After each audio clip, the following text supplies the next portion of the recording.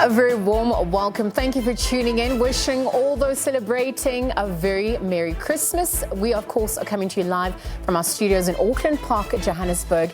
And you're watching The Week in Review, the program where we review some of the big stories to come out of the week and perhaps what's been making headlines and getting South Africans talking.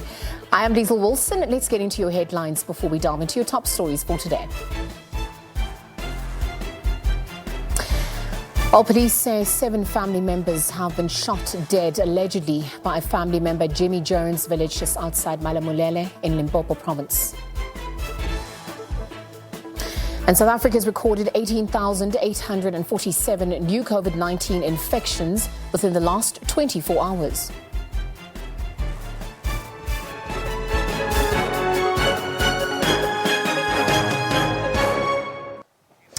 Well, those were a look at your headlines. Let's take a look at your top story for today. Again, the following is a trigger warning story. Now, 7 family members have been shot and killed allegedly by another family member at the Jimmy Jones outside Malamulele in Limpopo. According to police, the Christmas shooting happened just after midnight. The suspect later handed himself into police in Thohoyandou. Our reporter, Pimani Baloyi, has more on that story.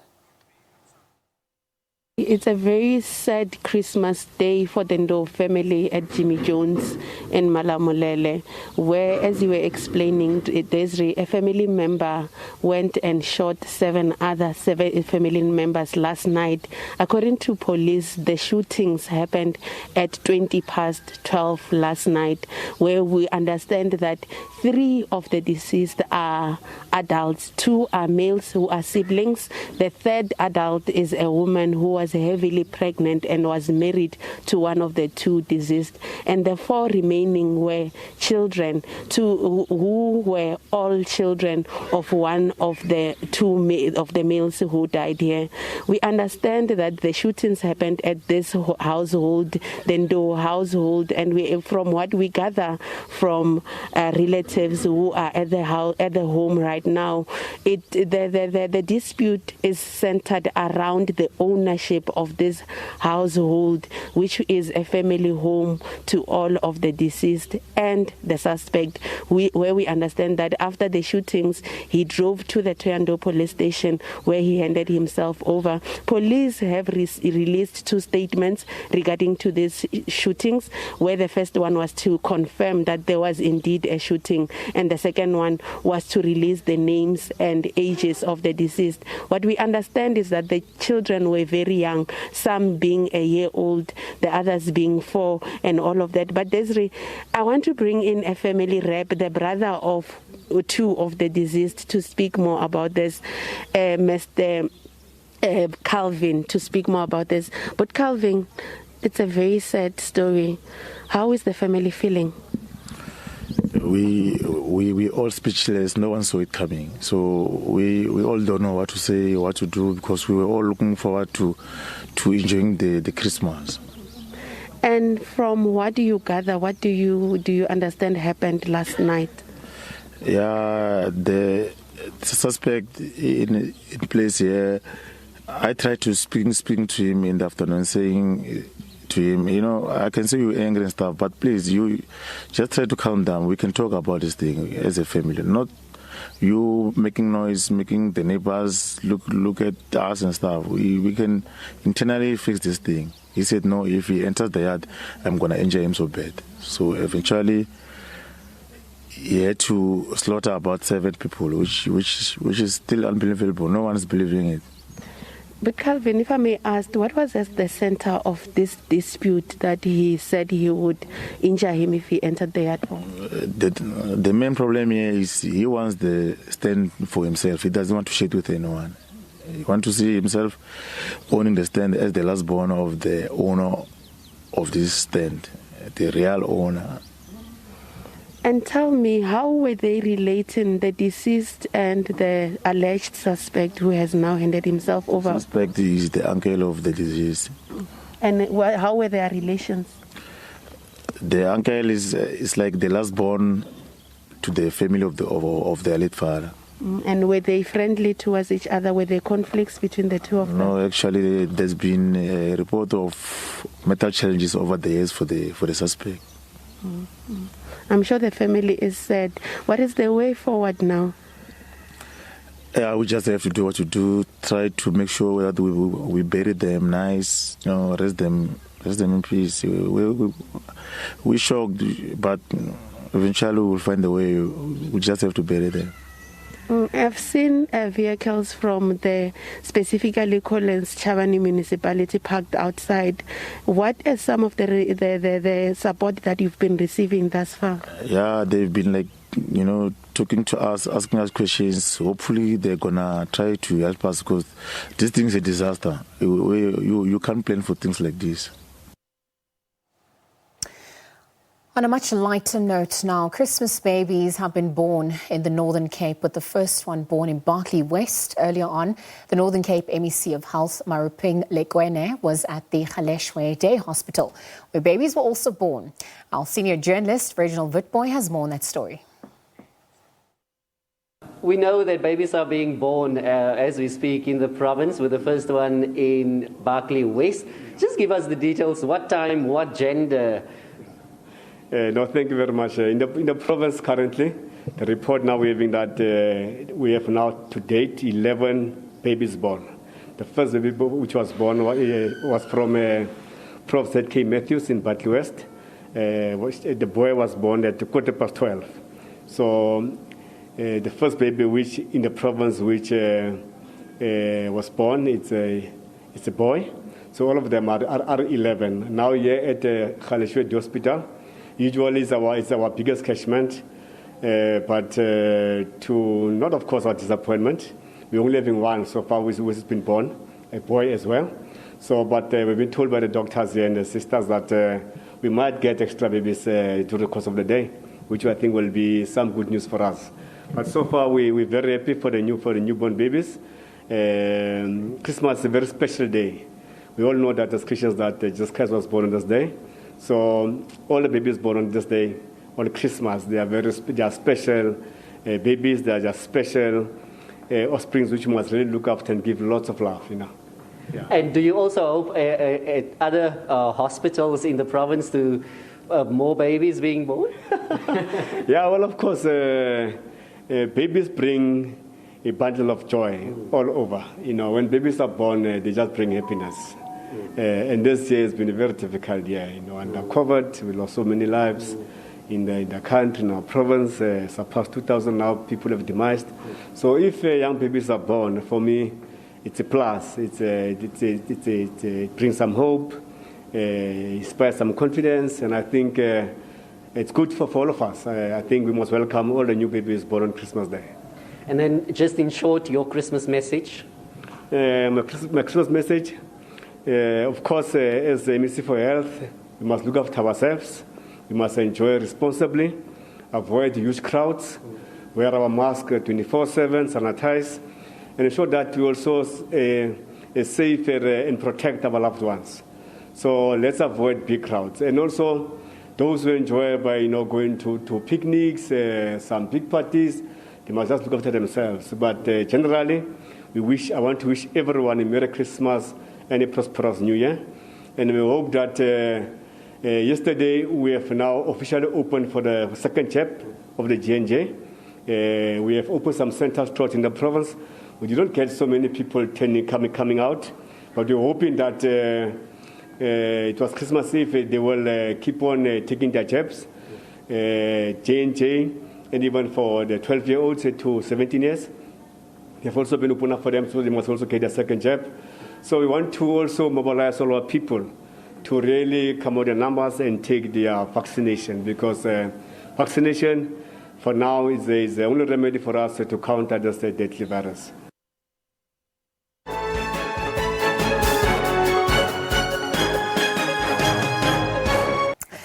Welcome back. You, of course, are watching the Weekend Review. Let's take a look at news further afield now. 2 years on since China reported the coronavirus, Africa CDC says that a lot has been learnt about the pandemic at large.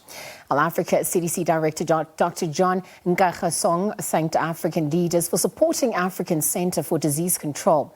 He was addressing the media during the last briefing for 2021. He's also pointed out that many countries have requested help from the Africa CDC when they wanted to establish their own DCDs. 2 years into the pandemic, we have seen the power of political leadership. And the first year of this pandemic was dealt with strictly public health measures. We had no medical countermeasures. The second year, we witnessed the arrival of vaccines. And then the third year, next year, 2022, I would say will be a year that will require that we do three things: testing, vaccine, and treatment. So the question about the lessons for Africa: one, political leadership matters. The leadership of the AU, leadership of Chairperson Moussa Faki, leadership of the chair of the African Union at that time, President Cyril Ramaphosa, have been nothing short of being exceptional. And it stands to that kind of leadership that about 12 initiatives were orchestrated on the continent. I've just named some: AVAT, the African Vaccine Acquisition Testing, the Trusted Travel, the Saving Lives, Saving Livelihood Initiative, the African Union COVID Response Fund, the African Medicine Supply Platform, and I can go on and on, the Pathogen Genomic Network that has enabled us, all of us, to be working as a network, and the PAC initiative. I can really go on and on there. It is only because of such coordinated action that the continent has been able to act as one. The second lesson is really what I call the power of regionalism. This is the first time, at least in my over 30 years career in public health, that I've seen a region like Africa exercise a strong coordination, cooperation, and communication, the 4 C's that we enacted in our continental strategy. That clearly has been a very decisive element in our ability to fight this pandemic. We have supplied diagnostics across the continent, all 55 member states. Vaccines are being shipped across with a central coordination with this initiative, the AVAT initiatives, and et cetera. So that is very, very important. The third thing is the important lessons that the continent has learned from other pandemics. South Africa, for example, if you look at the massive testing exercise that took place in South Africa early on, it was truly driven by community healthcare workers. I think that is an area of interest that we need to share with the rest of the world. The important role of a regional body like Africa CDC needs to be highlighted. Okay, we now know that there are countries, the Gulf states are interested in establishing their CDC. Asian states are interested in establishing their own public health agency. Just last week, I was on a call with the leadership of Jordan, the country Jordan. They want to establish because they've all been inspired by what a regional body like Africa CDC can do. So I think that is clear. But there have been limitations. I mean, if we learn lessons, we learn the positive things, but the not so positive things. One is our inability to produce vaccines. I mean, as I've said over and over, we import 99% of our vaccines and manufacture only 1%. That situation needs to be changed. And we've created the Partnership for African Vaccine Manufacturing, which is galvanizing and advocating for that. Diagnostics. We, as a continent, were not producing any diagnostics at the start of this pandemic. Now we know that South Africa, Senegal, and Morocco are now producing COVID-related diagnostics, both PCR and antigen tests. I think that is very positive, okay, going forward. Let me just end by saying that and I really hope that this will not be true, that the next pandemic, and I hope if there will be no next pandemic, the way we fight it on the continent will be very different from the way we fought this pandemic in Africa because of everything else, that the platforms that have been put in place. Okay, if we operationalize those platforms, and then if we actually continue to move in the journey of vaccine manufacturing and diagnostics and pharmaceutical on the continent, we will be preparing the continent better to fight this pandemic and subsequent pandemics.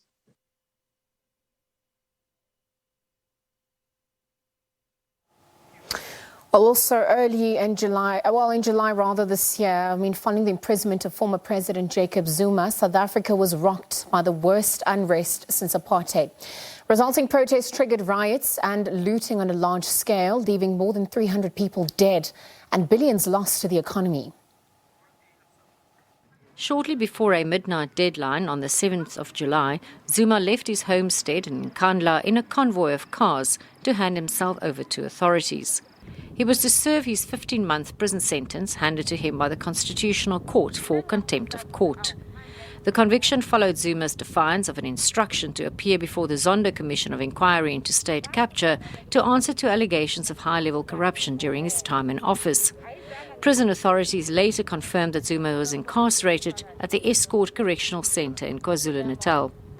2 days after his incarceration, the Pietermaritzburg High Court dismissed Zuma's application to overturn his prison sentence, ruling that a lower court couldn't overturn a decision made by the Apex Court. Zuma's rescission applications to the Constitutional Court was still to be heard the following week. Meanwhile, numerous posts on social media encouraged protests, including attacks on highways and retail centres in support of Zuma. On the evening of the 9th of July, protesters blockaded the N3 highway and torched at least 20 trucks and looted shops in the Moy River area. The truck that has been burned is one of my biggest truck, which is worth about 2 million.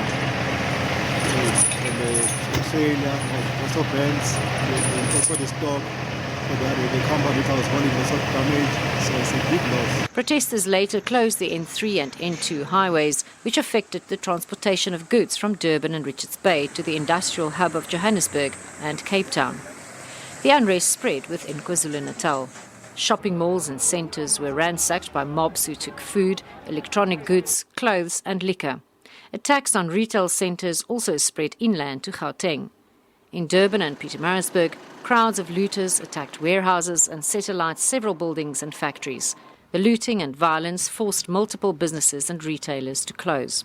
While initially the protest appeared to have been in support of calls for the release of Zuma, the situation later degenerated into acts of criminality. Government called for calm amidst growing threats to shut down the province. The outnumbered and under-resourced police force failed to quell the wanton looting and destruction. As a result, private security companies, armed civilians and vigilante groups took on law enforcement duties by protecting businesses and communities from rioting and looting. We've got our own neighborhood watch there as well. We've been sitting out whole day, whole night. As I'm standing here, just came from our night shift, straight here to come and get some food and stuff because we really need this. It's terrible what's happening out there. This stoked racial tensions between black and Indian South Africans in Phoenix, north of Durban. The area, with a majority of Indian residents, armed themselves to fight off looters, and several racially motivated attacks and killings reportedly took place. The majority of the more than 300 fatalities were attributed to stampedes during the looting sprees. Both the Durban and Richards Bay ports ceased operations. Damage to transport infrastructure caused fuel and food shortages, which led to queues outside petrol stations and grocery stores. It is a scramble for essentials. Here where we are, people are having to use cards only because they're not accepting cash. And people are going to be only taking 20 items per person. So when we heard yesterday that people shouldn't worry about food security and everything because there's enough, it doesn't make sense. Where is it going to come from? The harvesting and distribution of fresh produce were interrupted. The supply of medicine was disrupted and the COVID-19 vaccine rollout program was affected while the country was still battling the third wave of infections. Government grants and pension payouts were also affected. On the 12th of July, the South African National Defence Force was deployed to help restore calm. And on the same day, the Constitutional Court dismissed Zuma's application to rescind the ruling to imprison him. More than 2,000 people were arrested in the province. After about 10 days of unrest, government started to count the losses. The economic impact of the July unrest is estimated at between 35 and 50 billion rand. Renee Heine, SABC News, Durban. Now the news, President Cyril Ramaphosa has appointed judges Narendran Kalapin and Ramaka Matopo as judges of the Constitutional Court. It comes after two positions became vacant in the Apex Court. The JSC had conducted interviews in October to fill the vacancies. Judge Kalapin served as a judge of the Gauteng division from 2010 after he served as a member and later chairperson of the South African Human Rights Commission. Judge Matopo was appointed as a judge also in the Gauteng division of the High Court back in 2006 and was elevated to the Supreme Court of Appeal in 2015. Moving on now, the coronavirus pandemic has devastated the lives and livelihoods of people around the world. It's also tested our country's democracy. For the first time in the South African history, elections were held during a pandemic.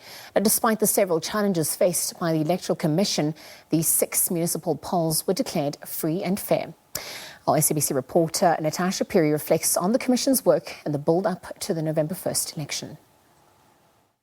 An election year like no other. The COVID-19 pandemic wreaked havoc on the country's economy and health sector. The Independent Electoral Commission was also not spared the wrath of the pandemic. The Commission found itself postponing by-elections due to the third wave and restrictions aimed at curbing the spread of the virus. This then prompted the Commission to task former Deputy Chief Justice Dikgang Moseneke to investigate if free and fair elections could take place under COVID-19 conditions on the 27th of October, the date originally set for the local polls to take place. Moseneke's inquiry was also motivated by the fact that various political parties differed on the issue of the postponement of the elections, and an independent probe was necessary to assess the situation. To this end, it is my intention by the 24th of May to establish an office to facilitate this process. This office will reach out to key stakeholders within the electoral sphere to urgently submit reports on their views regarding the various factors, and these include political parties, health authorities and experts, disaster management authorities, other electoral stakeholders. After soliciting over 4,000 submissions by health experts, political parties and the public, Justice Moseneke recommended that the October polls be postponed. The IEC accepted and adopted his report and approached the Constitutional Court on an urgent basis to have the elections postponed to the 28th of February 2022. The Commission, in response, unanimously accepts the findings of the Moseneke report. In particular, the Commission notes the rationale and central thesis of the report that community immunity through mass vaccination must be considered as a desirable step in the conduct of a safe, free and fair elections in the Republic. It was a showdown in the Apex Court as 12 political parties and NGOs made their arguments either in support or in opposition of the IEC's bid. Legal counsel representing the Electoral Commission laid out its arguments and wanted the court to declare that holding the elections beyond the 5-year expiry term of municipal councils is constitutional. Lobby groups such as Freedom Under Law, the South African Institute of Race Relations and AfriForum argued that the IEC's application is inconsistent with Section 1592 of the Constitution. The ConCourt later handed down an order declaring that elections must take place no later than the 1st of November.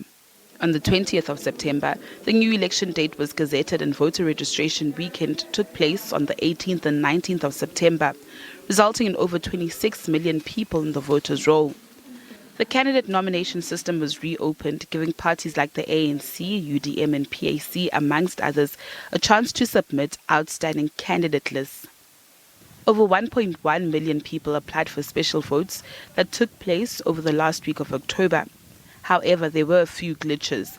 8 voting stations could not open in Camperdown, KwaZulu-Natal, due to a dispute over traditional leadership, and a presiding officer in Mpumalanga was dismissed after he was found to be under the influence of alcohol.